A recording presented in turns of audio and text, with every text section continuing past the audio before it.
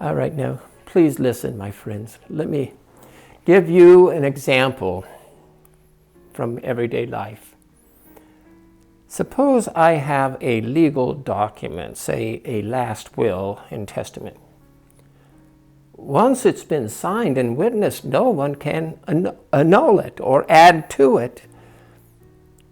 Now, in the same way, the covenant promises were made to Abraham and to his descendant. Note that it does not say descendants. It's not plural, but instead it says descendant. It's singular, meaning one person, namely Christ. In other words, what this means is that the covenant promise was established and sealed by God some 430 years before the law was ever introduced. So the promise cannot be voided or annulled. You see, if the inheritance, the blessing, is dependent on the law, then it no longer depends on the promise. But God is gracious, and he gave his blessing to Abraham simply as a promise, and not because of the law. Now you may ask, why then? Why was the law given at all? Well, the law was added because people were sinning, and they needed these rules to guide them until the coming of the Christ, the descendant, the one that the promise referred to.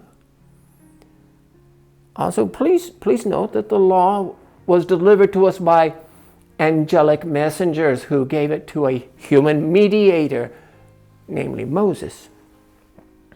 And of course, a mediator serves more than one party. And Moses, as the mediator, was a representative to God for the people of Israel, and as well as a representative to the people before God. But with regard to the promise, no mediator is needed because God is one. Your next question. Is the law therefore a contradiction of God's promise? No, absolutely not.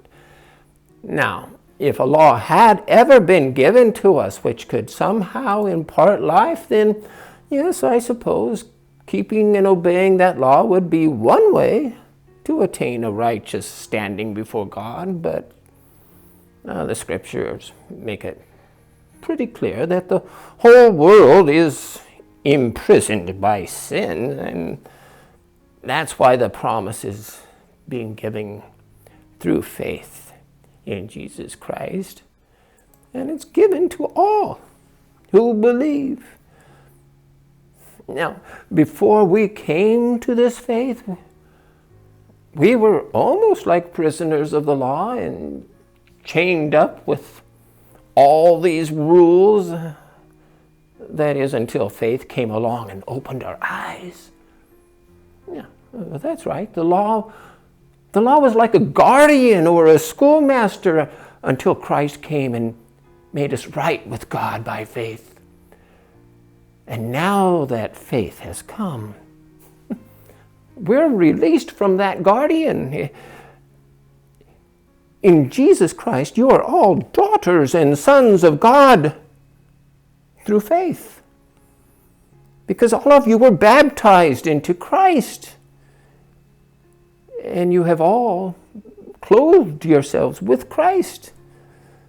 So now it's not that some of you are Jews and others Gentiles. Some of you are slaves and others are free. Some of you are men and others women. No. You are all one in Christ Jesus. Because if you belong to Christ, then you are all Abraham's descendants. You are all heirs according to the promise.